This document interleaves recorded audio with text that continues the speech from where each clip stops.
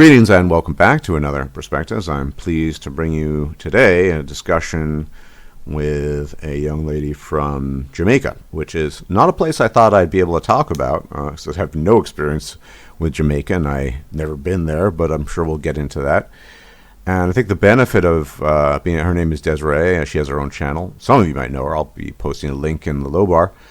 One of the advantages here is because she's been living in the States for quite some time, is to be able to compare American society and culture with her own native country, among other things. So thanks for joining me. Hi.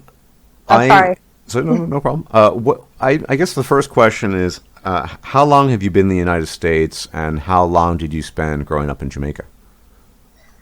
I've been in the United States since 2010, so that's about 7+ years. Like 7.5 maybe, and maybe even 8. It's kind of hard to calculate.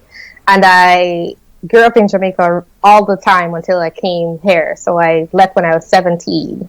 I'm now 25. Yeah. Okay. So you basically have the full childhood experience and teenage experience in Jamaica. I mean, it's always a difficult question. What's it like to grow up there? In fact, I don't think that question makes much sense. When you first came to the United States, what would you say the differences were that were very apparent immediately? The physical place, for one. Like, I went to somewhere cold, and also the feeling of safety. Like, I dated someone for a long time, and that's where I first experienced it, because he lived in the local area and he never locked the house door and never locked the car door. Like, things like that were like, wow, to me. And then there are also some things about social interaction.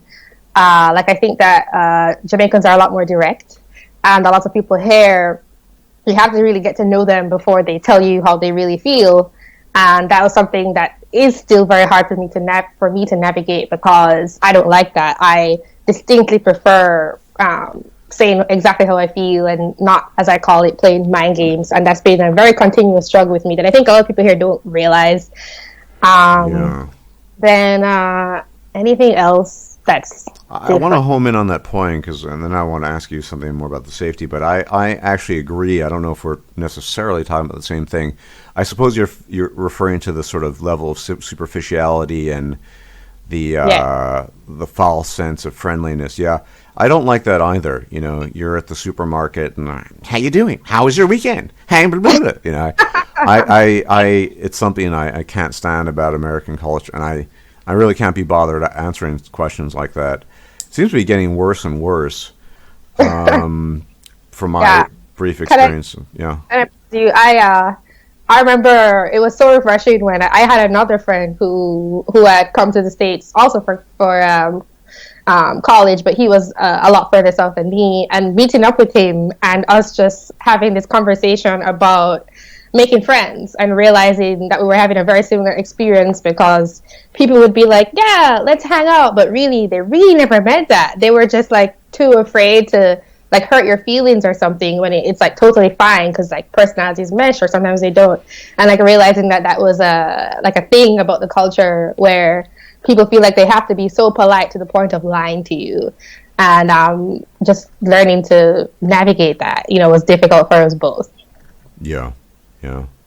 And on the point of safety, what exactly is it? Would you say that Jamaica is a fairly dangerous place? So there's people are much more cautious there? Objectively speaking, I guess I would have to say it's a lot more dangerous. But actually living there, I think you just have to be careful of where you go.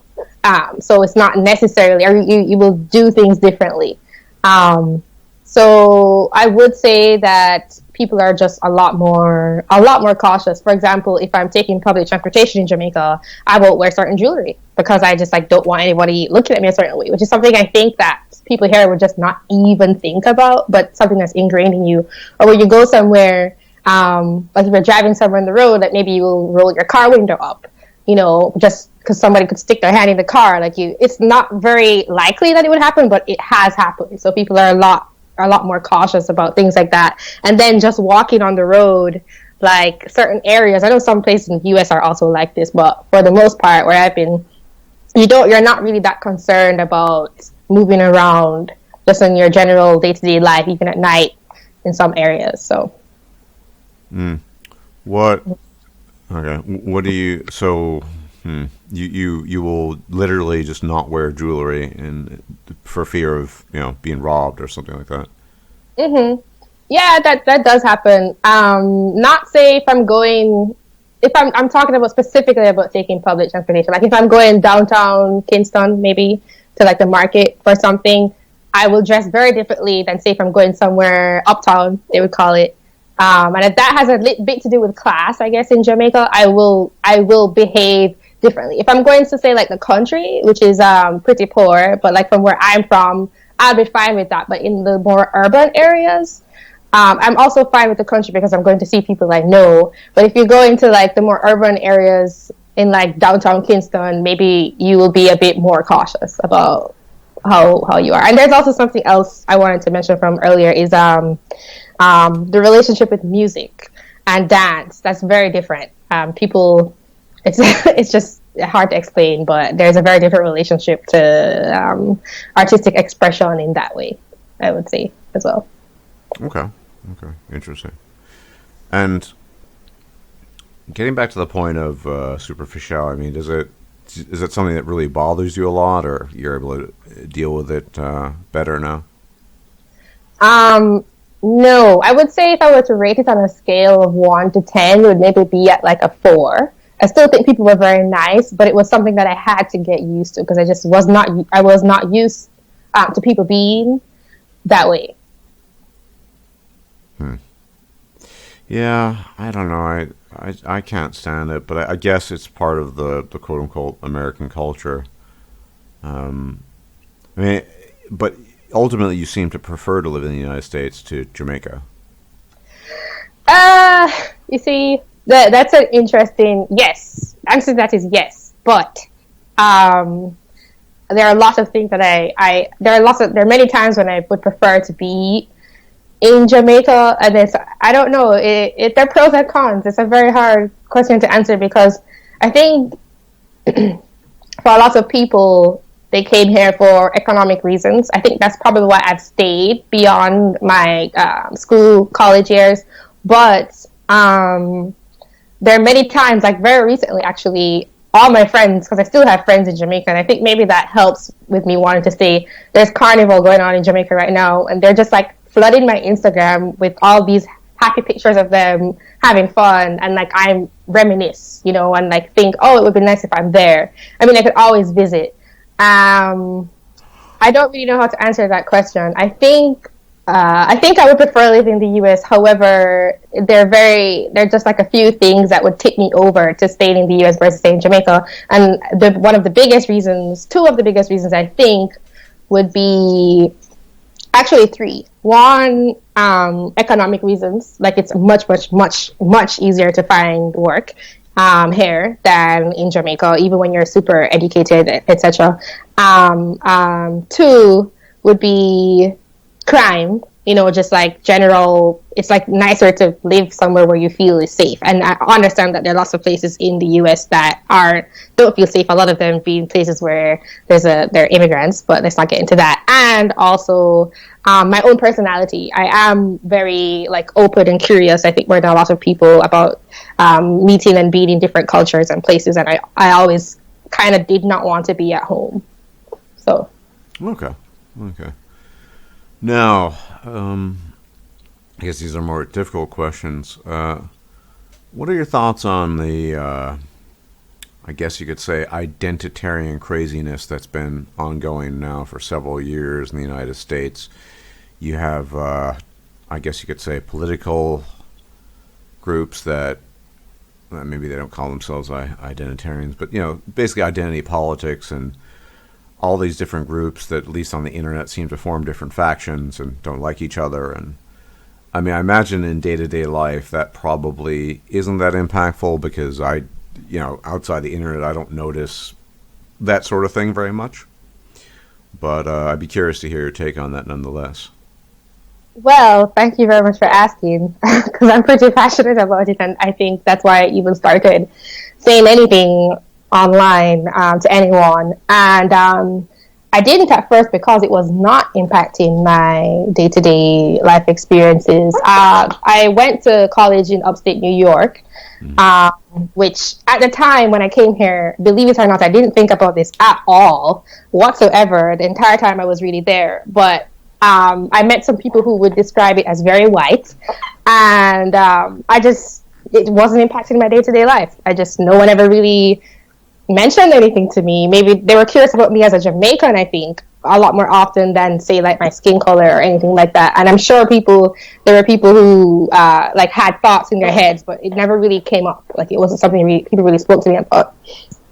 And that was also what it was like for being Jamaica. It's something I never really thought about. And then when I went to the city, that's when it started more impacting my day-to-day interactions, because I guess people were a lot more comfortable subtly showing their expectation of what they thought I should think. And like that's when it started bothering me, because it was like, oh, I'm starting to see that people expect me to think a certain way because I look a certain way. And then that made me feel very caged and sort of boxed in a place where I didn't fit. And so that drove me crazy. The people, if I may ask a question, the people who are asking those sorts of things, they tend to be white or black, or was it both?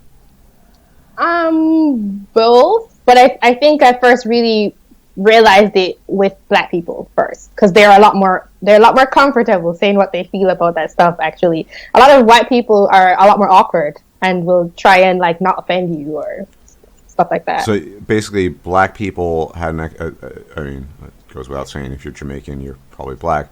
Black people had an expectation of you being black, behaving a certain way, saying certain things, doing certain things, and when you didn't conform to that, they would point that out to you. Yeah, I'm not necessarily like, oh, you're not doing this thing, but it was just like, I just noticed. It's like, yeah, yes, the answer is yes. Do people not, I mean, maybe, I don't know, is that not present in Jamaica? I guess there's a kind of overarching culture that people would conform to there, and everyone is, with a few exceptions, probably black there, obviously, but is that just not something that you encounter very much in Jamaica? Definitely not. I think that you could say that there is a lot of very strong African heritage and history in Jamaica, which everybody sort of works with, I guess, without thinking about it. It's not something. The best way for me to always describe this is that I would not have this kind of discussion with someone in Jamaica, because people just wouldn't care. Like it. So the answer to that is. No, people do not. That's not something that would come up. And something else I would like to point out, like a lot of people think that Jamaica is just black, and to some extent, I guess that's true. But the Jamaican history and culture is pretty mixed up, even though it's pretty black. I don't know. It's hard to explain. Yeah, I've heard that. Is this true? I mean, isn't there an ethnic Chinese population there?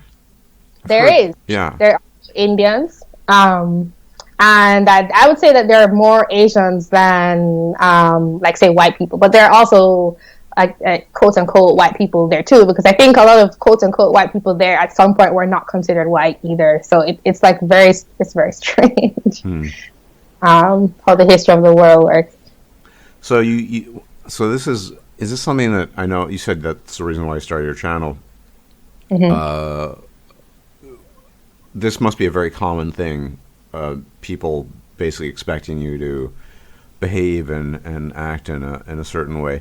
I think that for white people, my impression, I haven't lived in the United States in a long time, it's kind of it's sort of the, well, it's not the reverse. It's the reverse and it's not. It's that it's less about what you should do and more about what you shouldn't do and shouldn't say. Don't speak your mind.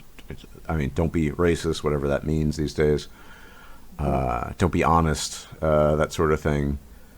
Yeah. Has that been your impression? You don't strike me as someone particularly obsessed with associating with other black people just because you're black either. No, no.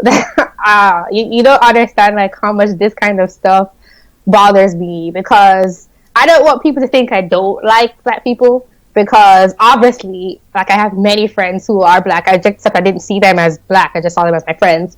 But at the same time, I will very strongly push away anyone who approaches me who is black from that avenue of bonding, because I can't stand it. You know, like, I would really like to get to know someone, and like that to me is not a very strong part of your identity. Even though being in the U.S., it's like you come here and then suddenly it's like this big part of who you are, when growing up it wasn't a big part at all. Maybe, like, I guess, like I said, there's a very strong, like, heritage that comes from being part of the African, not just African, but a majority of in terms of the components, a very large part of it being African. So there's that comes with you, and you can't help that. However, it's not something you focus on, and for a lot of people in the US, and I'm afraid you kind of have to like work with it and almost adopt it to live in US society. That is a huge part of who they are.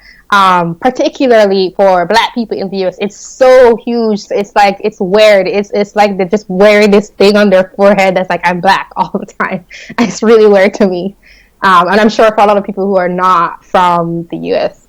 And I really don't like it. I don't like that, like, being friends with someone because of that. Do you feel it's an almost constant pressure on you, or is it more just something that you've over time gotten used to? This was something, again, I think more when I moved to the city. When I was in college, there was a very slight pressure, only because I was kind of oblivious, and because I was new and fresh and just didn't think about it. And then I think when I moved to the city, it became a bit stronger. But I wouldn't say it's constant, because I also moved from the city because I didn't like it. So it's waned a lot since then. A slight pressure. That Yeah. I can. Sorry, I interrupted. Please. No, that's okay. I paused. That I can ignore. It's a slight pressure that is I have the ability to ignore. Yeah, and that's the thing. I'm not sure how much I guess you could say, political rage that seems to be everywhere on the internet. I mean, if real life were a reflection of the internet, I mean, people would be fighting in the streets, and at least in theory, it just seems there's so much anger and fighting and discussion and argumentation and stuff like that. Real life seems to be a bit more, I guess, laid back, for lack of a better term. But nonetheless, it seems that you felt animated enough based on real life experiences to create your own channel. Like I said, I'm not consistent about watching your channel, but I remember I think your most popular video is the video about what IQ differences, isn't it? Mm-hmm. Yeah. So race up IQ, fascinates and horrified, which is exactly how I felt. Yeah. So, I mean, for those who, I think most people wouldn't know you from my channel, I mean, obviously it probably might be, you probably have, even because that was a while ago, you probably have even more thoughts on it. What do you think about the whole race IQ, quote unquote, issue? I think that there are average group differences between the major racial categories. However, I think that they're not that important. The reason I'm attracted to them is in order to explain some of the differences that we see in society. However, I still at the same time firmly believe that people should be judged as individuals, and I also think that those categories exist, but the reason that they're so important is because of the historical need to, I don't know where it arose from, but to place people in these groups, and I think it's somewhat arbitrary. Why not? Because to someone, say, from the outside looking at, I don't know, say Jews, which I don't know why they're considered a separate race, but people firmly believe that there was a difference between, say, Jews and other white people, because that was a distinction that they had in their mind. And I think that, yes, you can see these differences, but I think they're only so important as the people who are studying them think they are, if that makes sense. Yeah, it definitely does. I mean, you expressed earlier, so you believe in a meritocracy. Some people will be critical of that, but I and you also seem very individualist. I am naturally wired that way too, so I don't really care terribly much about. I'm the same way. I mean, I think there are differences, and they can explain some things, but I'm not. Again, I just let the chips fall as they may. I'm not obsessed with, I guess, reconfiguring society and trying to quote unquote fix every problem, because some groups are overrepresented and others are less, and all this sort of thing. I think that one thing I have to acknowledge is that most people don't have that attitude. Well, maybe, I don't know, most people are kind of tribal, or you've noticed this with other Yeah. people who are black. Yeah. I mean, I guess the alt-right would argue that, They're tribal. yeah, and They're just the same, actually. historically, I mean, it's undeniable. For example, European Jews were very tribal, or have been, or still are. So a lot of people tend to organize along, I guess, cultural, racial, ethnic loyalties, and it is very difficult to navigate that type of category, or those types of that type of territory, if you're not particularly obsessed with that yourself. Right. But I mean, I have always carried the identity of being Jamaican or Caribbean or West Indian. So like I mean, I don't really talk about that much, but that is something I identify with more so than being black, for example. And that's, to me, makes a lot more sense. Like, ethnic identities make more sense to me than arbitrary things, even if they might correlate to some degree. They're a lot more accurate in describing the values or the morals, or the culture, meaning the way of life of a person and where they come from. Yeah, and I think that's one advantage you have over me and some other people if you do have a Jamaican identity. One of my big issues with the United States is, I call it the disunited states, is that I don't even know. I don't find this question. What is it? Nobody asks the question, what does it mean to be American? It's a very confusing question, because every time I ask somebody that, it's almost like a test question. I don't really get a good answer. Usually they'll give me a bunch of differences. Well, they'll say, oh, Americans are different from British people, or Mexicans in the following way. And I suppose that can be a bit informative. But to me, because of this, you could almost call it balkanization and people going in their identity politics, it's not even clear to me what it means to be an American. And the more points you can get, like if you can call yourself an African, Italian, Irish, Jewish, Chinese American, then you're going to score really high. And I have no idea what any of this stuff means anymore. So I remember growing up, and even when I was growing up, because I'm pretty old, I'm in my 40s, that even, I mean, looking back on it, I didn't think about it much, but it seemed apparent even in the 80s and growing up in New York City that was definitely a thing, that it wasn't really clear. We were told, I pledge allegiance to the flag. But the difference, I think, between back then and now, just my impression at least, was that at least there was some kind of superficial effort being made to pretend we were, all Americans, and we had shared certain principles. Whereas these days, nobody even makes that attempt. I mean, yeah, there's some failed libertarians who will talk about the Constitution, but there was a kind of pretense at the time that we all, we stood under the flag and we're all American. I don't think that pretension even exists anymore in modern America in 2018. And it just seems we have a lot of different groups who just fight with each other. And the internet intensifies that, because, on the internet you can just hang out with the groups you feel comfortable with. I'm not going to lie, I do it. Do I want to have a screaming festival with some, heavy socialist leftist? No, probably not. But yeah, I don't really. I guess that's an advantage you have, because you'll always be able to identify as Jamaican. Whereas if somebody asks me what I am, I'm not. I can't even really answer the question coherently. So I mean, I could try. I could say, I could give various, I could say I'm a white male, but that doesn't mean anything. I could say I'm an American. I have the paperwork. I'm an American citizen. But again, what does that mean to be an American citizen? You could say, oh, it's a joke I have in some of the circles I run in. Passport nationalism. If you have the passport, then you are that. I don't know. I find that I'm curious what you think your thoughts are on American identity as an outsider, because I don't even know what it means to be American.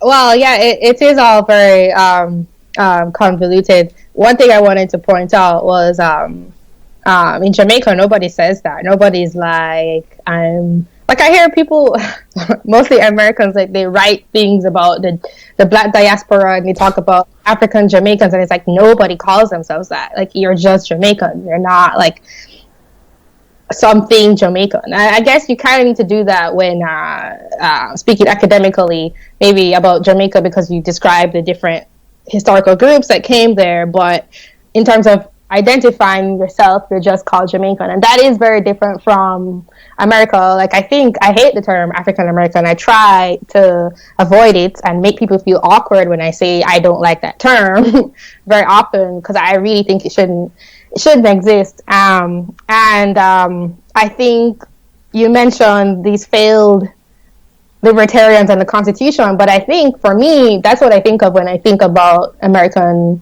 identity. I think about the founding values of the country. And you say that I can always fall back at being Jamaican, but what happens if I live in America for 40 years? Like, will I still consider myself Jamaican at that point? I'm not so sure. I think I will be just as confused as you are at the moment. And I think I don't really know. To answer your question about American identity, I think it should come from the core values of what founded the country. And I also think that people should choose. So I'm here to describe myself as Jamaican, but at the same time, I think at some point I should be like, well, that's my roots, but I want to adapt to this new place. It's funny, I was actually talking to my friend from Jamaica who's living there and had never left recently, and he was asking me about my experience here, and he was asking where I lived, and I was like, oh, New York, and he was like, New York? There's so many Jamaicans there. And I was like, yeah, well, I'm upstate, so it's a bit different. Well, there's still many, and he was saying, if I went to America, I don't want to be around Jamaicans. Like, I left Jamaica. I want to, like, not be in the same place I left. And I think it's funny that he thinks that, because a lot of people come here.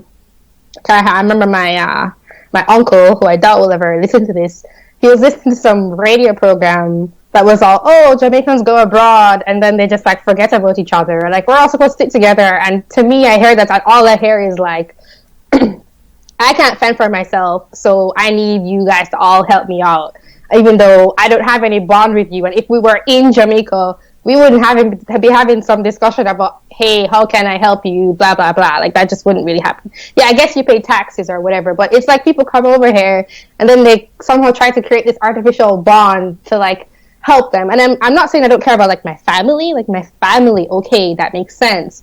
Or people who were actually in my community when I was in Jamaica, but just, like, I don't know, like, I find that kind of stuff very artificial, this, like, creation of a bond. But in saying that, then I start to think, well, most identities are artificial, so I guess you have to create it, you know. Like, you're talking about when you were growing up, people at least tried to create a sense of identity of being American, and I think that's important. Because, like, even Jamaica, I was just talking about how people identify themselves as Jamaican, because there is a shared cultural history, but nobody that's in Jamaica right now was quote-unquote native, as in being there for a very, very, very, very long time to the island. They were all killed off when the Spanish arrived. So I do think it's important to form a cohesive cultural history that everyone can identify with. And I think that for the U.S., that is looking at its core founding principles. I don't think that has to do with white identity, although I know there are some people who try to claim that. I think that is what people should focus on. And I think that is totally being destroyed right now, and I don't know where things will go. Well, a couple points I'd like to make there. One is just kind of a geographical point. Jamaica is a pretty small place compared to the United States, so when you have, I guess, less mass to work with, it might be easier to do that. So, for example, you know, I don't. So you take some small town in upstate New York, or really anywhere in the country, or just even a region, like some, the Catskill Mountains. I mean, you could try to. There's a sort of, you could say, a common identity there, or whatever. But the United States is such a big place that that becomes a very difficult thing. So I think that's an inherent difficulty in trying to create an overarching identity for everybody when the place is so big versus a small island, or even a state, or even a town, or a province in the case of Canada. Historically, the alt-right, I mean, I think that historically, I have to when I looked at the history, that it's definitely true that there was sort of the intention for Northwestern white European men to be Americans, and that ship has kind of sailed. Whatever person's view on that is, I have a neutral view on that. I don't, I'm not obsessed with that sort of thing. And then, again, I think part of it is the geography, but I'm beginning increasingly to think that there never was a common American identity. I said pretense, and, pretend to have that. People in the United States have stopped pretending, I think, and maybe that in a way that's for the better, because at the very least, then people are honest. I mean, it's funny that nobody is actually trying to define what an American is. My closest definition to being American is a very sort of boring one. One would be, you were born in the country, or you have citizenship, which doesn't tell you very much. It doesn't give you really an identity. And the other one, I think, is a kind of economic opportunism, which is the American dream, right? But the American dream, I don't think, A, is unique to the United States, and B, it's pretty hollow. I think that economic opportunism is, people do it all over the world. If that's the defining characteristic of American culture, of being American, I don't see why that's uniquely American.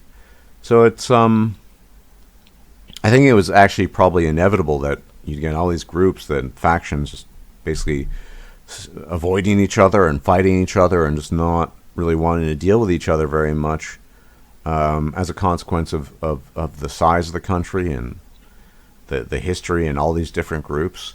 I realize you don't live in New York City, and you can count yourself lucky, but I'm sure you've been. I did for 2 years. Yeah, that's my condolences, because I grew up there. What a coincidence!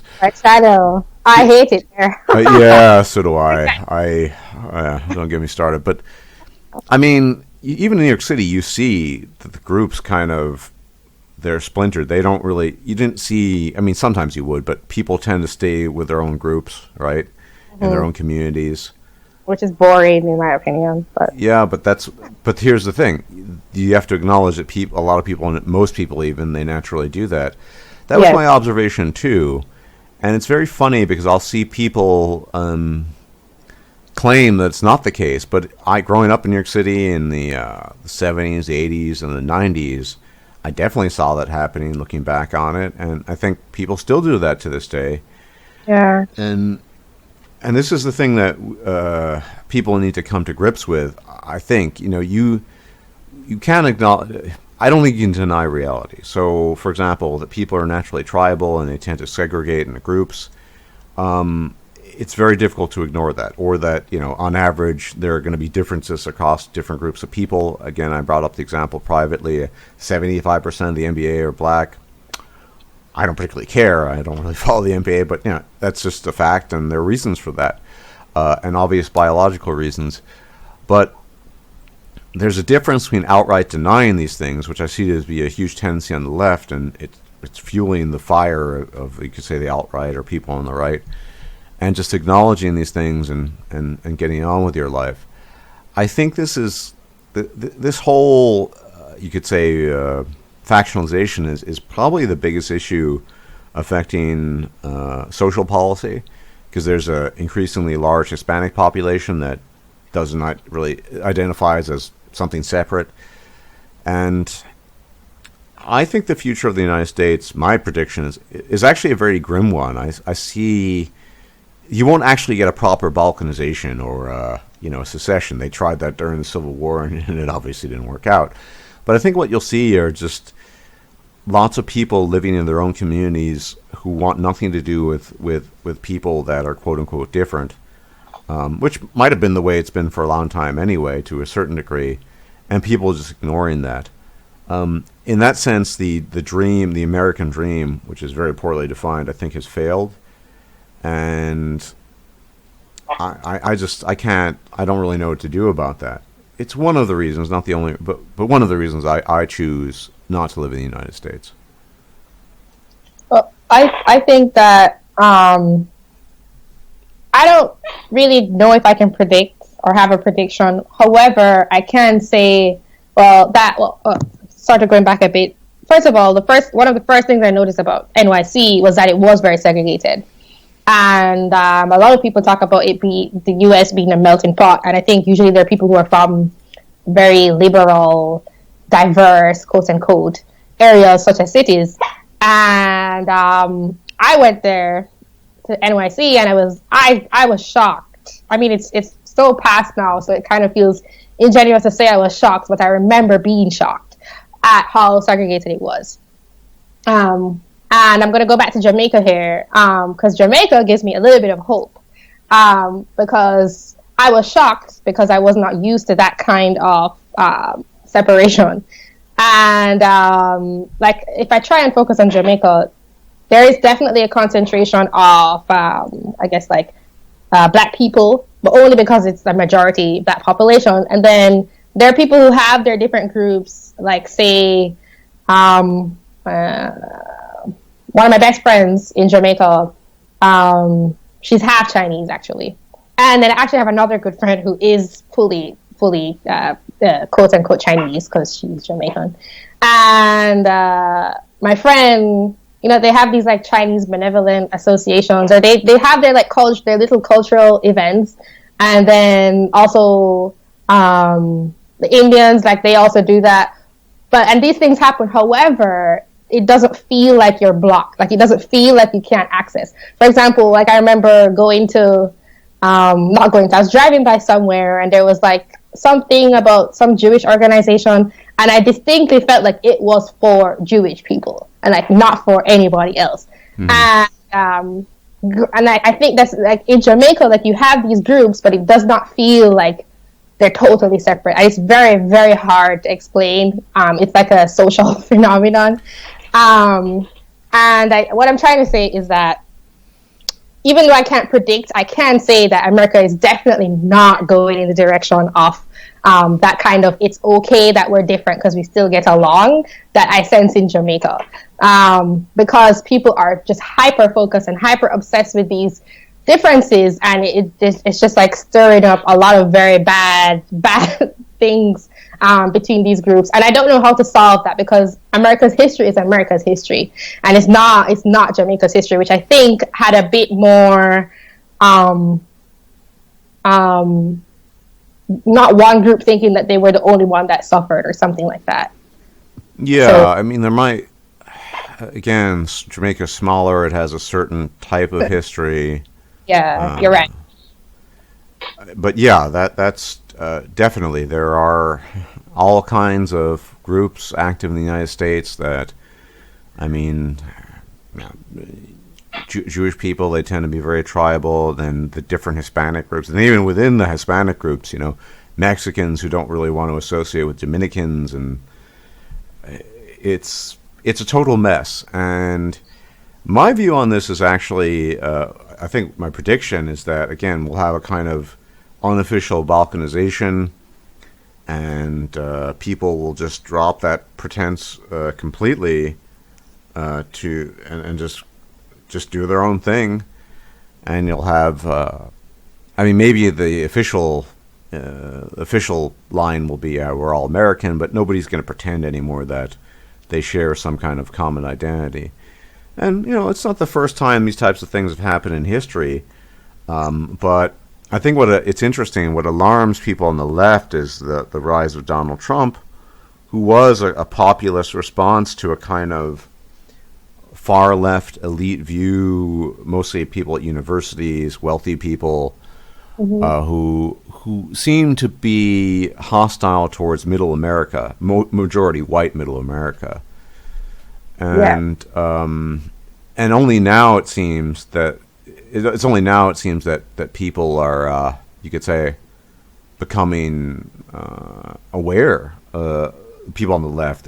There's a term for this I recently learned. I didn't know about it. I don't know if you ever heard this term. The coastal elite. That's what they're called, because they're both tend to be situated both on the East Coast and the West Coast. You know, fancy universities like Yale and Harvard and Stanford and Berkeley and that sort of thing.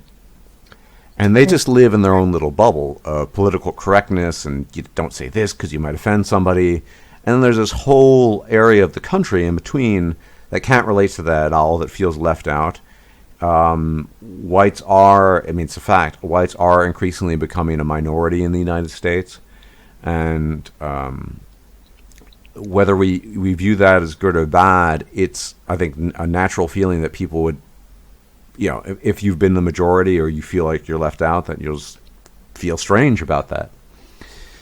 And yeah, so I see the future of the United States as maybe the economic aspect will continue and people can still drink their Starbucks coffee, but I don't see people. It's going to get worse and worse and worse. And actually, here in Europe, well, it's not. I mean, it's a different history, obviously, but it's kind of moving in that direction of the United States. The difference I find, and I find fascinating when I deal with just people in Europe, is if you're of a minority group in Europe, somebody who's, you know, didn't have any history, like I don't know, Turkish or you're Arab, these people never self-identify as, even if they grew up there. So I'll encounter, I live in Germany, Turkish German people or Turkish people that grew up in Denmark, and they speak the language and they kind of know the culture, but they never would identify as German or Danish, respectively. I've never seen that. I've never heard that. It's a very American thing. And so that's one critical difference. In fact, there's a term, there's a sort of ironic term in German they call the biological German. Like, it's used as a kind of insult, actually, white German versus whatever. But that too, people are trying to, come up with, deal with immigration and things like that. In fact, there was a handbook published in Germany recently on, how to use the right terms so as not to insult people of color in Germany. Oh my God, really? Yeah. It was a legitimate journal. In the same way, so you can't write a book about something like that. Well, no, it was a legitimate, it was dozens of pages long, a journalistic discussion on what do you call a Turkish person? What do you call how should we... I don't think those things should be in journals. That's the other thing. Like, the academia is no, stick to stuff that's way more factual and not so nuanced. Like experience. Well, for some reason, people here, well, there are a lot of reasons in Germany, at least, well, people are kind of obsessed with that, and a lot of that has to do with the history, but... I think we're going to see a world, in the Western world at least, of increasing factions and fracturing, and people just doing their own thing and not really. So I live in a neighborhood in a decent sized city where, it kind of reminds me of New York in a lot of ways. People kind of tolerate each other, but I'm not so sure if they like each other, and I'm not so sure if they definitely don't associate with each other. It's like the white Germans go to the organic supermarket, and the Turkish people go to their areas, and the Arab, nobody really talks to each other unless it's for business purposes sometimes. But I think that might be because of the newness of it all. So I agree with you that I do see it getting worse, but I don't necessarily think it will always be that way. I'm not trying to make a prediction that it will get better, but I'm more open to the idea that it might change over time. If there are constantly, I think, constantly new immigrants coming in, I think that's more difficult because it's easier for people to I don't know, think of the place they're in as a link to the homeland or something, rather than they're creating a new life in this new place. Yeah. So I don't know. I think it could change, but I do think the way it is now, no, I agree that it's probably going to get worse if it can get any worse. And here's the thing. I think on an individual level, people tend not to be too affected. You know, if you have a decent job, I mean, obviously there are economic problems, but, you know, you can kind of just ignore that. But I think long-term ignoring this problem, one, for example, I try to be viciously neutral about everything, just because that's part of my nature. I think I don't like getting. I'm not really an extremist on any point of view. But for example, if people on the left don't want to give too much power, say, to the alt-right or people who are leaning in that direction, they can't ignore these issues. They can't claim that it doesn't exist. They have to at least attempt at addressing these things. You know, so it's my solution to most of this is to,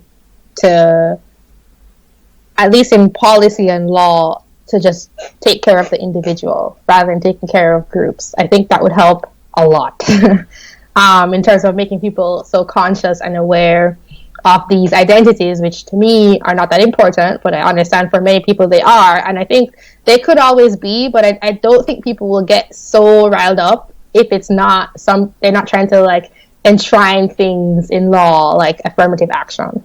I think that would help a lot. Well, I don't disagree, but I mean, for decades there have been simple solutions like reducing welfare or getting rid of affirmative action solutions, or things that would help, put it that way. And it doesn't happen, and a part of that is because the political democratic machine is built on identity politics of getting, you know, different voter blocks to vote for politicians. Like, you know, politicians will very liberally use the term, oh, we need to get the black vote, we need to get the Hispanic vote, etc., etc.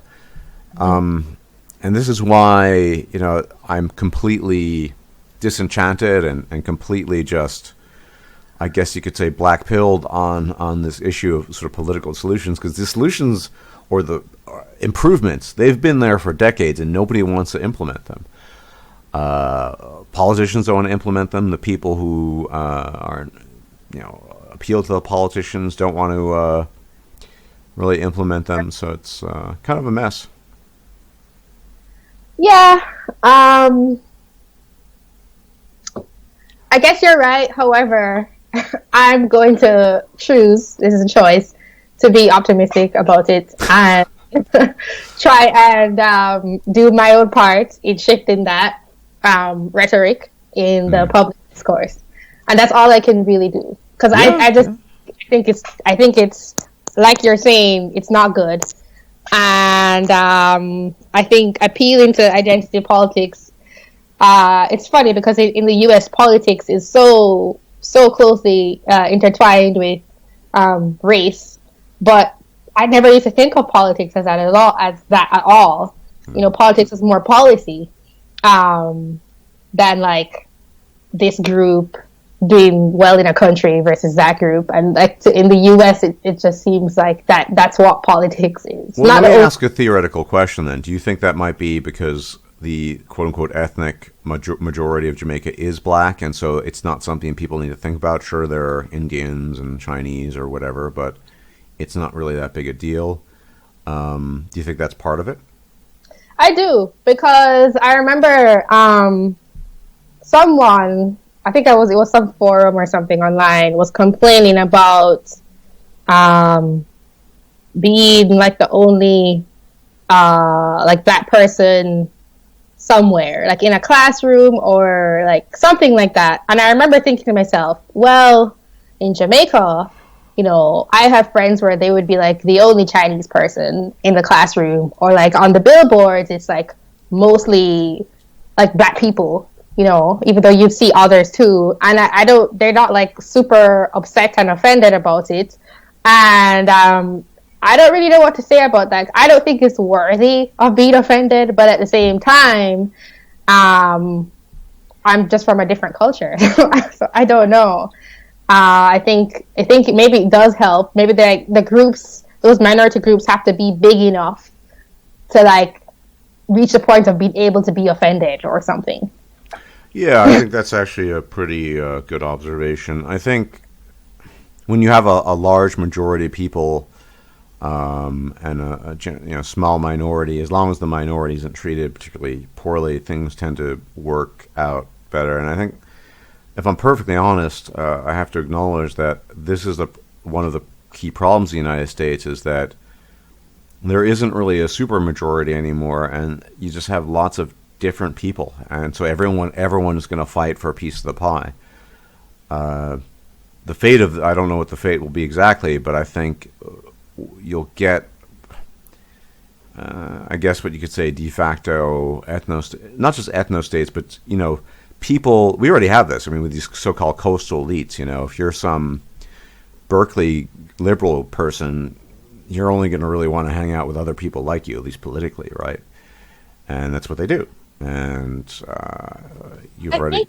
Okay, I just think it's an issue when it's like being like the group favors in law. Like I think that's something that's a bit unavoidable, but it doesn't become this like alt-right people marching in the streets or Black Lives Matter people marching in the streets when they're not trying to shift public policy in their favor because they can't. Like it's just not something that like the law just wouldn't allow that to happen. Yeah, That makes sense. Yeah, I agree that you shouldn't, ideally, particularly in a place like the United States, have that enshrined in law. But well, and technically it's not. I mean, they haven't changed the Constitution yet. But the politics of Washington and politicians themselves, they all play off of this identity politics thing. And I'm not too hopeful on that front. But yeah, I mean, I think we just need to adapt, at least as individuals, to this new world of increasing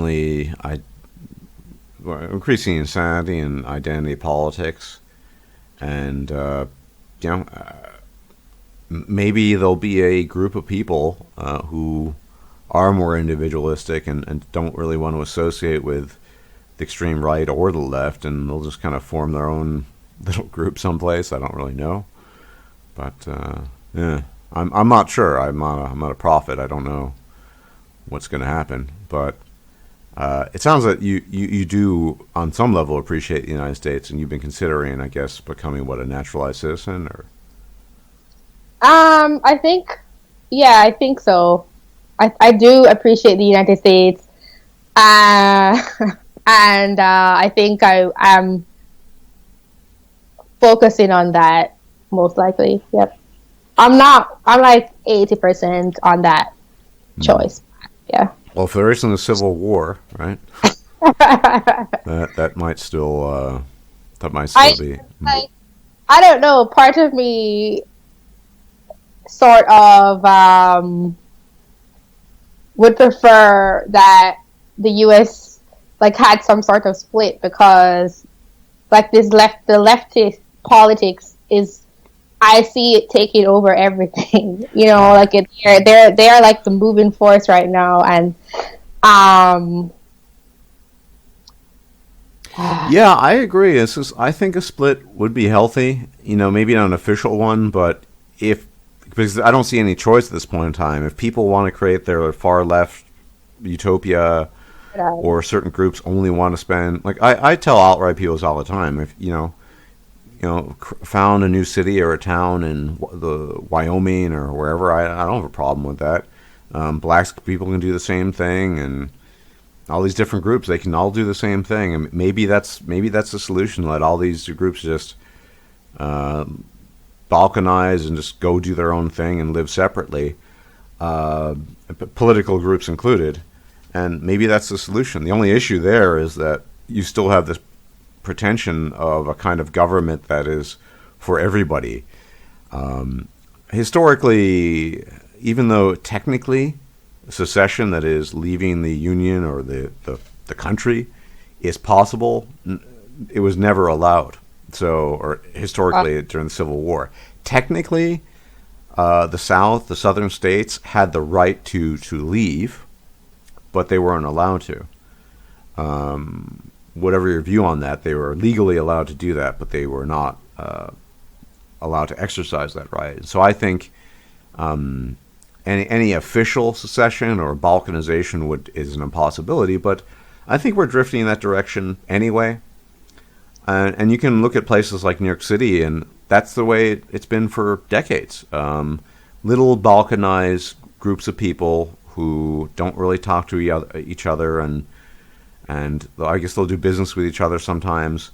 I'm sure you've ridden the New York City subway. You ever notice how everyone they have their face in? Well, I don't know. Some people don't read news. Go on. I want to talk about this a bit because of the school I went to, I have lots of non-black friends in the U.S.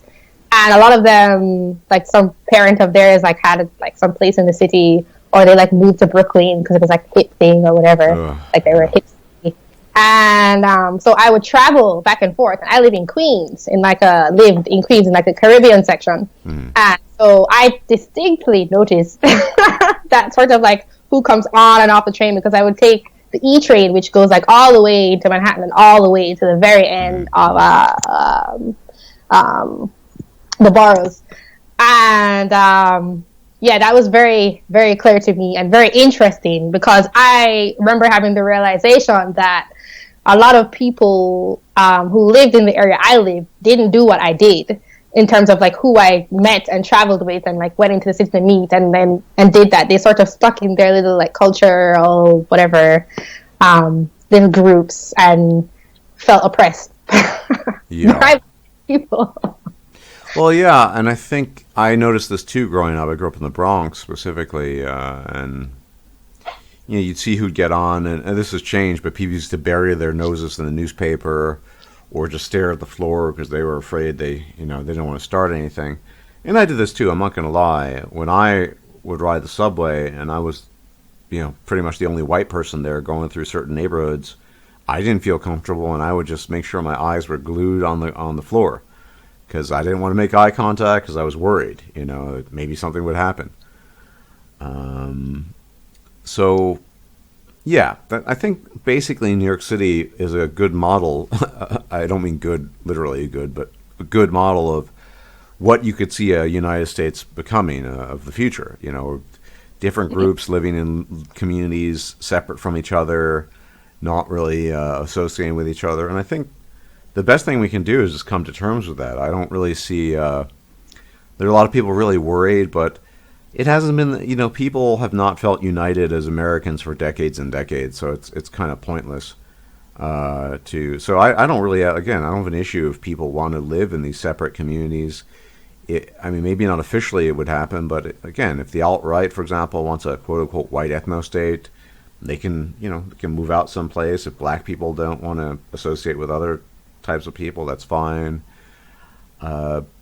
These communities already exist to a large extent, so why not more of them? I'm not thrilled about that, and I think it was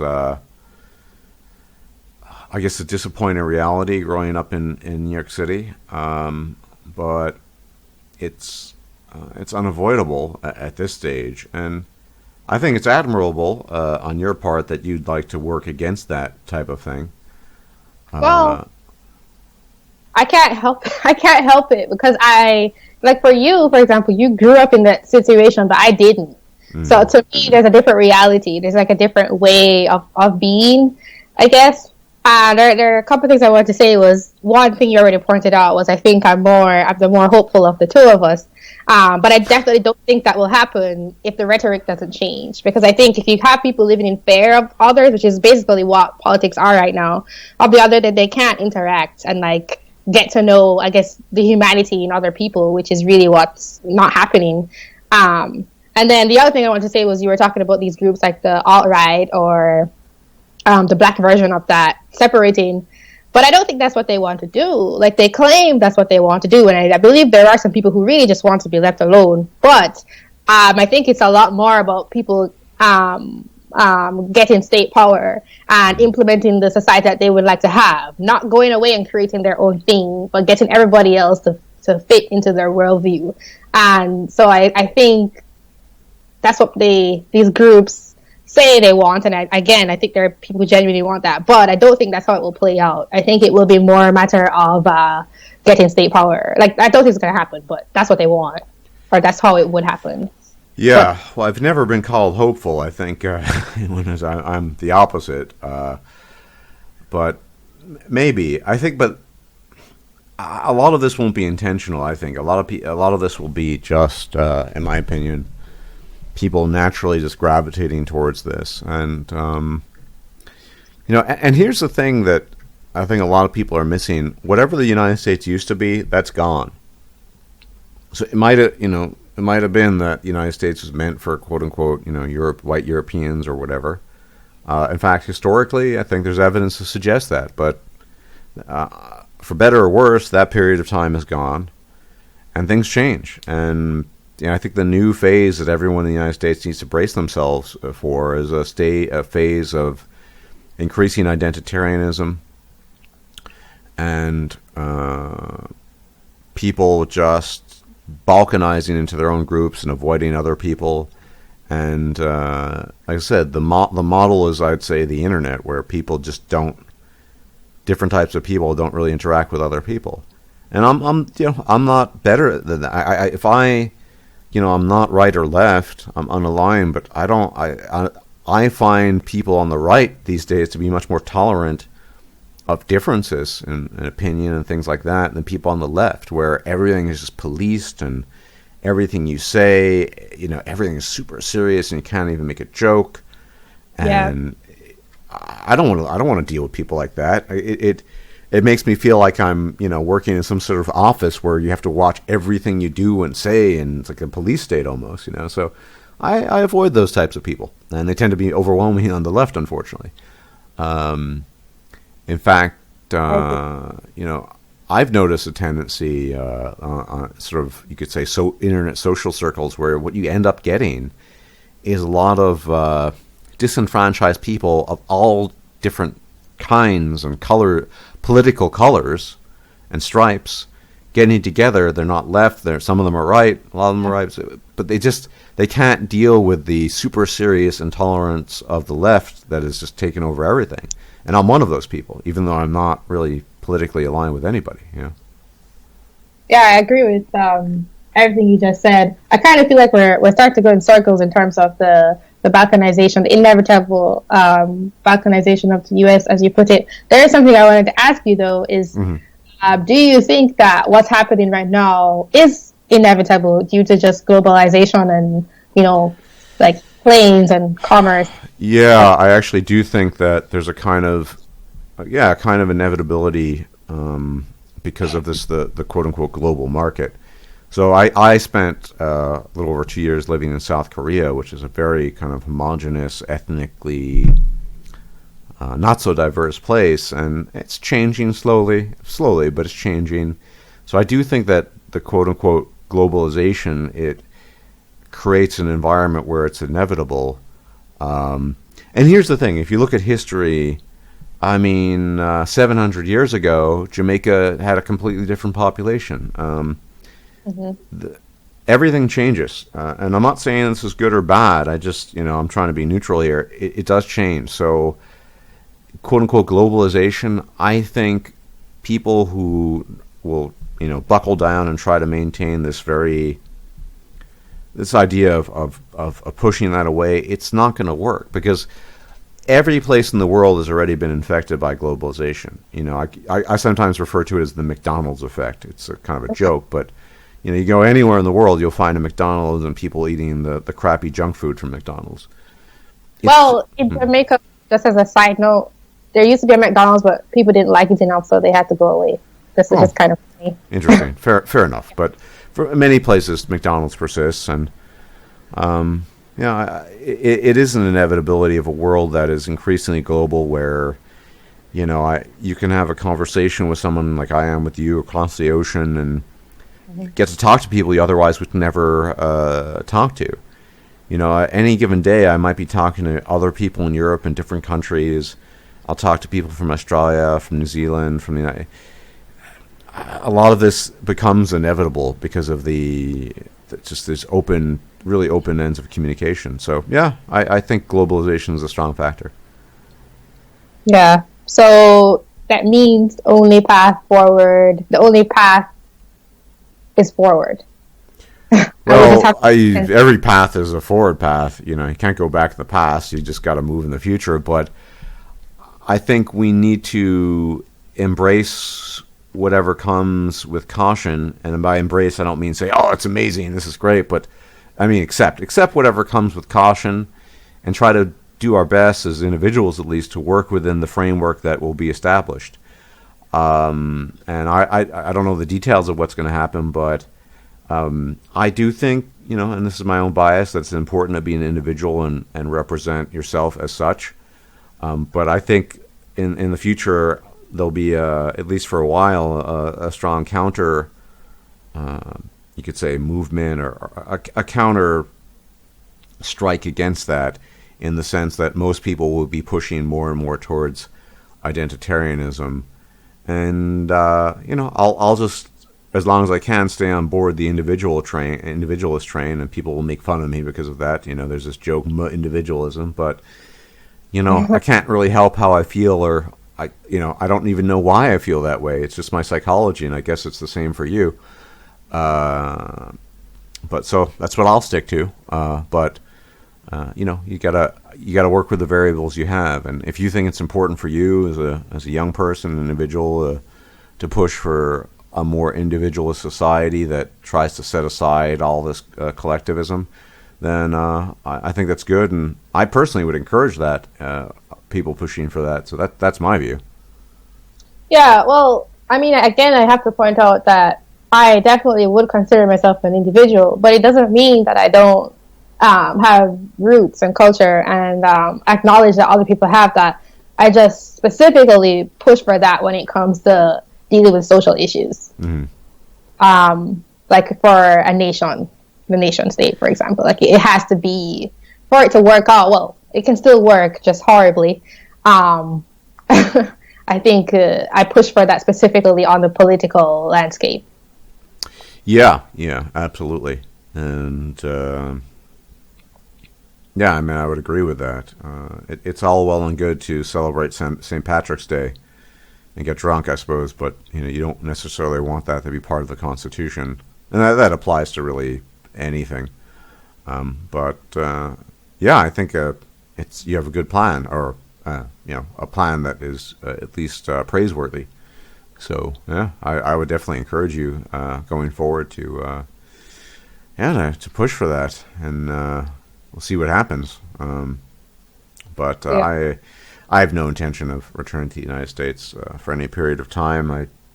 To me, it's a dead place, very sterile, and I can you talk to me more about that? Like, why did you? I'm going to presume you left of your own free will. Oh yes, I was not. I was not driven out of the United States. I chose to leave. Yeah. And what was what were the experiences and feelings and logic and conclusion that made you decide to leave? Well, there are a couple of reasons. In many ways, I grew up in a very European household. My father was an immigrant from Hungary, and he left in the late 40s. I don't want to. I mean, I'm not sure if you're familiar with the history of that place. Probably not. I would assume I won't go into too many of the details, but basically, Hungary was going to be was taken over by communists, and he had the opportunity to leave, so better to leave. Mm-hmm. And so I kind of grew up in a very, what sometimes we refer to as an old world environment. A lot of Europe, very, very Eurocentric, basically, in many ways. Not exclusively, but in many ways. Still very open-minded. My father, he lived in South Korea, and he always traveled a lot. So, I grew up being very open-minded and eclectic. But still very Eurocentric in terms of the, I guess you could say, the traditions that were valued. Like I said, the art. My father was an architect, so the arts, the architecture, we traveled a lot as a family. The most, I'd say 80% of it was in Europe. And so I grew up in a very Eurocentric household, and that I would say definitely left an imprint, because I would go outside in New York City and not really see much of that. I couldn't really relate to that. And I guess you could say in my case, I think it's probably a failed quest, but me leaving the United States had a lot to do with trying to, at least originally, recapture something that was part of my background that I grew up with, that was not properly represented in the United States. However, I'd say that's largely been a failed project, because the Europe that I remember growing up traveling to is not really, Europe doesn't really exist like that anymore. Europe is increasingly very similar to the United States. Again, it's the globalization. You know, it's like you can get a Starbucks coffee in Germany too, and people, there isn't really that the cultural thing that was there. And I have to wonder sometimes, in my case at least, if you can preserving a culture like that, you know, you almost need an absence of it. So why did my father maybe reinforce some of these things, his interest in European history and art and music? Maybe because it didn't really exist around him. I mean, he would take still to this day, I mean, he's almost 80 now, and he'll still go down to the Metropolitan Museum of Art. He was telling me a couple of weeks ago how he's checking out some exhibit, and any opportunity to experience the old world, he'll do it. And I wonder if that can only exist in a place where you don't have that already, and you just kind of take things for granted. So you could say that I left because I didn't feel connected with the people I grew up with, culturally, you know, ethnically, whatever. And I wanted to try to connect with that. And so a lot of my academic background was a kind of youthful quest to recapture something that might have been lost. But I think you get older and you get more cynical, and I don't really, you know, I don't really have that same zeal anymore, because I've just seen what's happened. And I'd say it's a failed quest. So I mean, people say, you know, what am I? And all I can give is the technical definition based on my paperwork. But I'd be reluctant to really describe, I guess I could say I describe myself as some kind of European, but, you know, it's pretty vague, and I don't really know. So I don't really have anything to grapple onto. With all of that said, nonetheless, I'd still say I prefer being in Europe. There are for a lot of the little things we talked about at the beginning, the superficiality. Well, in Europe, nobody goes up to you and say, "How you doing?" You know, I can't stand that sort of thing. I'm a very reserved person. Overall, I don't like noise. I don't like too much small talk, and I would say it's a European thing. It's a very northern, maybe Eastern European. I just don't like talking with people if I don't have to. And there are a lot of little cultural quirks and stuff. So, for example, another thing I'd bring up, it's a very minor thing. In the United States, it's all about the economy and money. So if you go to a restaurant, I'm sure you've noticed this. You probably don't think about it, but it's a difference. Let's say you finish your main meal. The waitress will come over, "Oh, would you like dessert or coffee?" And then if you don't say, no, and she'll just say, "Oh, I'll bring the bill," right? And right. Nobody does that in Europe. You pay when you want to pay, and if you want to stay there for 3 hours and just talk to somebody, you can do that. Even if you're just drinking a coffee or a Coke or whatever. It's much more laid back, and that's another thing I can't stand about the United States, where I'm literally on a timer when I'm at a restaurant or something. Okay, because you got to keep on ordering, and there's all kinds of little, I guess they say little cultural differences, where if I have to choose, I still prefer living in Europe. It's where I feel more comfortable. If I had to live in the United States, I could, but I think it would absolutely drive me crazy, because I feel completely disconnected from the place. as we've discussed now for over an hour, I think American identity is kind of meaningless, but also the little cultural things. I don't want to have to tell somebody how my weekend is because they don't care. I know. Yeah. Sorry. Yeah, no, but it's just something I'd rather. In Germany, we just say hello, goodbye, and that's fine for me. So yeah, the little things in Europe still keep me, I guess, drawn here, and it's why I'd like to stay here, long term, rather than the United States, because the United States is I don't know what it is honestly anymore. So something that I increasingly don't recognize and don't want to be part of. So that's my story in a nutshell. Overly simplified, but there you go.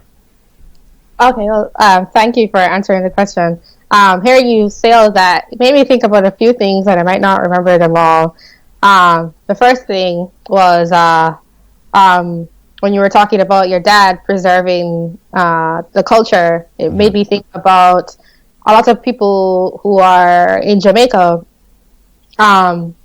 I'm sorry, people in America who are like their parents were Jamaicans or they came when they were very young, and coming here and being like, you're not really Jamaican, because they don't realize that they've lost a lot just from not living in Jamaica, and there are differences that are very apparent to people who have actually grown up there and lived there for a long time. And I think that happens, one, because they're actually becoming a sort of amalgamation and a blend with I don't know if I should call it American culture anymore, but American culture, and then also just due to time and things in Jamaica changing. So that made me think about that I have also, that was something that I definitely was kind of like, whenever people would be like, oh, I'm Jamaican American, and like, I agree with you. Yeah. Yeah. Nobody survives the United States unscathed, and even in my case, as much as I'm not a fan of the United States, I grew up with the language, and there are definitely things that I grew up with that I'll probably never completely get rid of. That in some ways that's why I live in between dimensions. But culturally, in terms of mentality, I think everyone who knows me knows I'm much more European than I am American. But yeah, I didn't grow up directly with the things in Europe, and so sure, I'm kind of, and I definitely think that's the issue with the United States. People, and here is a critical point, and here, because Americans don't have an actual identity, they tend to cling to some past roots that, as you pointed out, a quote-unquote Jamaican American isn't really the same thing as, there's a kind of running joke. I used to grow up with people, and went to university, quote-unquote Irish Americans. Well, yeah, their grandfather came to the United States 120 years ago. And so their way of being Irish was to get drunk on St. Patrick's Day. Well, okay, that's great, but that's not really being Irish. And so I think there's a kind of term that derogatory, the Amerimut, right? Well, we're kind of all Amerimuts now.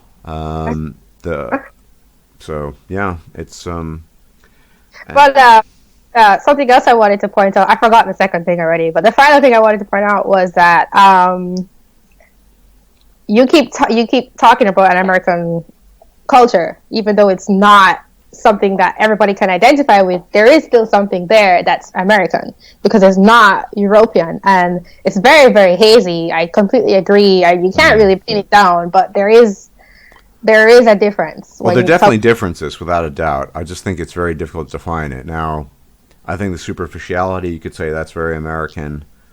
The pretension to being open, that's actually changing in Europe too, increasingly.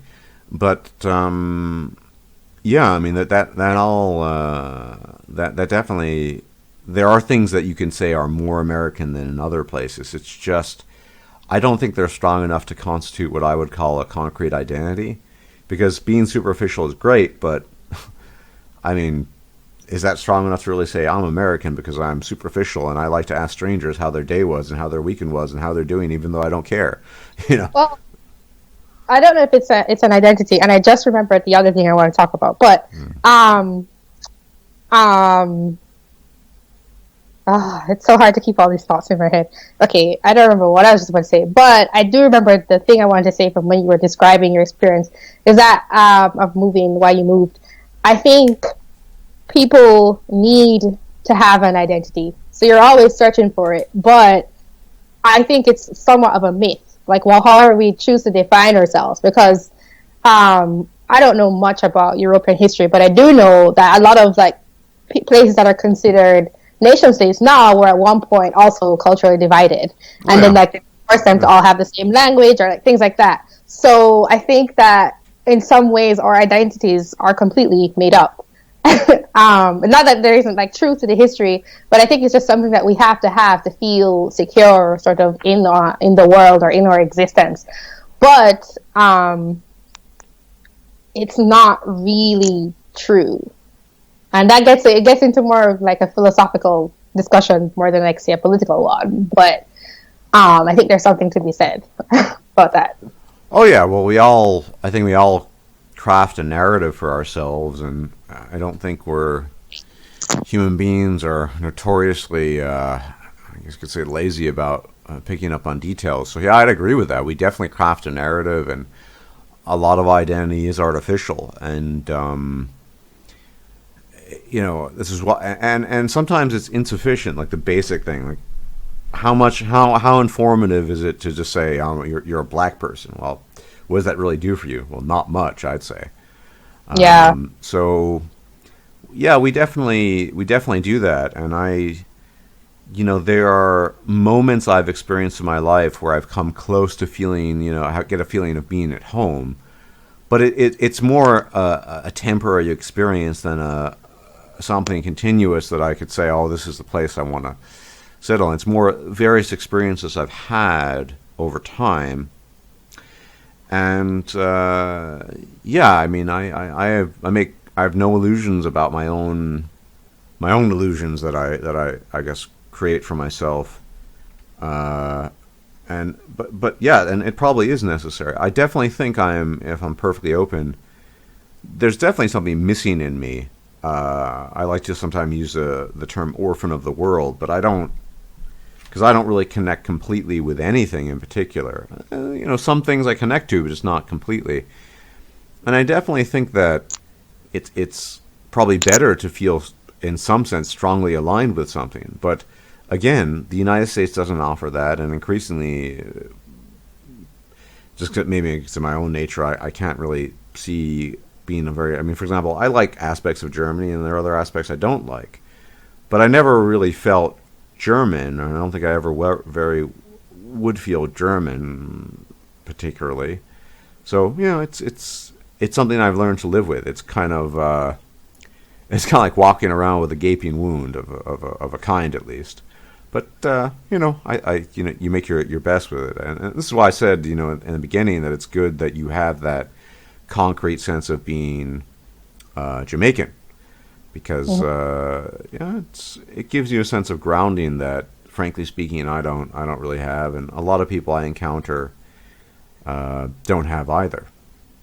So Yeah, I was about to say I know what you're describing. A lot of people feel, and I was just asking myself the question in my head again: do I feel Jamaican? And the answer is I do. I don't know why, but at the same time, even though I don't think I feel the way you do, I still think that's very common to the human experience. Feeling maybe not 100%, but maybe like 60% of what you're describing. yeah, and it's something that it's that tension between everyone has a strong sense or desire to feel an identity, but of course, on the other hand, too much identitarianism can lead to some pretty destructive things. So it's walking that careful balance, and maybe the reason why I kind of just feel neutral on so many things is because I don't really have a strong sense of identity, which I acknowledge is very atypical of most people. But it is what it is, and so I think above all, I just kind of more of an observer than I am anything else. Yeah. Okay, well, I would suggest that you could be firm in that feeling of being an orphan of the world. Um, I guess to you, it's this is, I guess, my optimism coming into play. To you, it's a negative because you describe it as a gaping wound, but you can see it as a positive. Like you were just describing how it can be a Well, bad thing. I agree. There's always good and bad. So the benefit of that is that I am pretty open minded, and I think I'm not trying to give myself too much credit. I have the capacity to see multiple sides on multiple issues, not just one side. So, yeah. Okay, there's something that I kind of was thinking about when you were talking about the lack of American culture. I think I'm going to be totally wrong here. This is just my observation, but I have found that a lot of Americans are very late to like start their lives or consider themselves adults or like take responsibility for, I don't know, like having a path in the world or something. They seem to they seem to develop belatedly because the culture doesn't allows them that room of adolescence stretches for a very long time. That is something that I've kind of noticed. Like to be more concrete, like to move out of the house or say like start a business or start a family. Like people, they're in college for a very long time and that kind of stuff. That's something that I have noticed. I don't know. That's separate from identity, but I think culturally that might be American, or that might just be what I've noticed among the people I've met here. Yeah, yeah. I mean, again, there are things that are identifiably American. It's just that I think none of it is strong enough to unite people, and so what you end up with is a hodgepodge of you could say characteristics that people would classify as American, but it again, it's hard to say.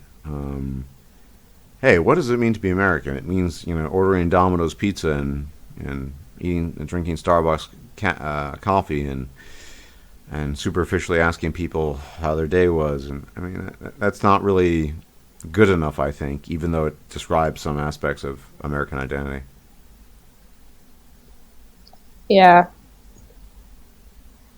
Okay. That said, we've been talking now for an hour and a half, pretty much. I think unless you have further questions, I could happily answer them. I think it's been pretty interesting hearing the sort of Jamaican perspective as someone growing up, spending time or living in an increasingly confused country. Yeah. Yeah. There's something that I kind of want to share. I when I came to college, I joined the Caribbean Student Association. Oof, okay. Well, I actually did not have a bad experience. It was like all they did was like we had some like put on some Jamaican music and like Jamaican food, like something like that. However, after I'm planning to go back to school for graduate education. Long story because I'm not really a fan of school, but I saw that there were some like Jamaican student associations, Caribbean student associations, and I know very firmly that I will not join them. And it's just very interesting because when I came here, I just think I was a lot more innocent about just like thinking about immigration and people hanging on to their identity and sort of not just hanging on, but like looking down upon the host country. And I'm just like much more wary of people now who like choose to identify in that way and like what that will bring. And I just think that's a very interesting shift that has been going on in my mind without me doing it fully consciously. Oh yeah, well I let me briefly mention this. I mean, when I was going to university, and I went to university in upstate New York. Yeah, I noticed there's a Hispanic student union and a black student union and all these things. I mean, what is this? It was so weird to me. But again, I'm not like that, so it's I'm a minority in that view, and perhaps you are too. But yeah, I think you certainly, if your goal is to promote individuality or individualism, it probably wouldn't be good to join those types of organizations because they're the opposite, actually, right? Well, I don't necessarily think they have to be, but I think their manifestation nowadays, I don't know what they were, if they were anything else before. I don't think they have to be. I think they can be like in my mind, it's like a way of sharing culture. However, now I see it more as a way of closing yourself off. Strangely enough, that's what I see them as now. Yeah, it's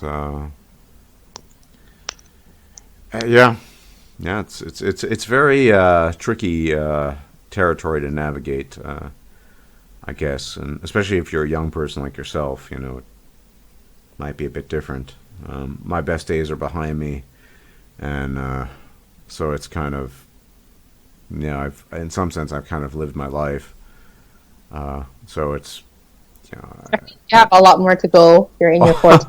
Who knows? Who knows? You never know. Could be dead tomorrow. But yeah, it's I don't know. I don't have exact solutions. Well, I do actually have solutions. It's just nobody would ever implement them. So I don't think that it really is plausible or even why talk about them, because so many of the helpful solutions have been on the table for decades, but nobody wants to talk about it. I don't even think people talk about, people don't really talk about affirmative action in a serious way, actually getting rid of it. I don't even think people talk about it at all anymore, to be honest. Oh, I try. It's the top. I pinned it on my Twitter. That's so 80s and 90s of you, Desi-Rae, before you're even born, It's just... It's so weird because it's like kind of shocking to someone who is like, I think, I can't speak for everywhere, but I think a lot of people see America as very race obsessed, but you come here and you have to fit in. Like, it's like there's like no way for you to overcome a whole culture, even though to you it's like totally bizarre. Like, what's going on? Absolutely. Yeah. I mean, you got to, when in Rome, you do as the Romans do, so you have to adapt. But, I think, again, we're lucky that the internet has not yet reached the point of where it's taken over real life too much, where in some places it has, but, you can still live your life and do your own thing without too much interference, which is a good thing. Because if real life resembled the internet, Jesus, I don't know. I just don't know. That would be pretty bad. It couldn't, though. It couldn't, because face-to-face interaction is very different from... Oh, yeah. So I don't think it's possible. Yeah, absolutely. For it to ever be the same.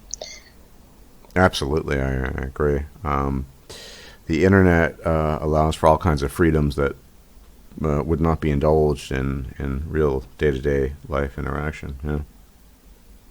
Yep. I don't think I have any more questions. Well, yeah, no problem. I mean, we've talked for a while. I think it was an interesting conversation. I will be posting her channel link in the low bar, and yep, do link me the channel just to be sure after we're done here. Yes. And as always, I hope this conversation has been informative and interesting, and I hope you check out her channel. It's something different, and everyone, thanks for joining us, and I will possibly check you out later. And thank you for joining me, Desi-Rae. If you liked this video, please like, share, and subscribe. And if you enjoy my content, please consider making a donation or becoming a patron. Thanks for watching.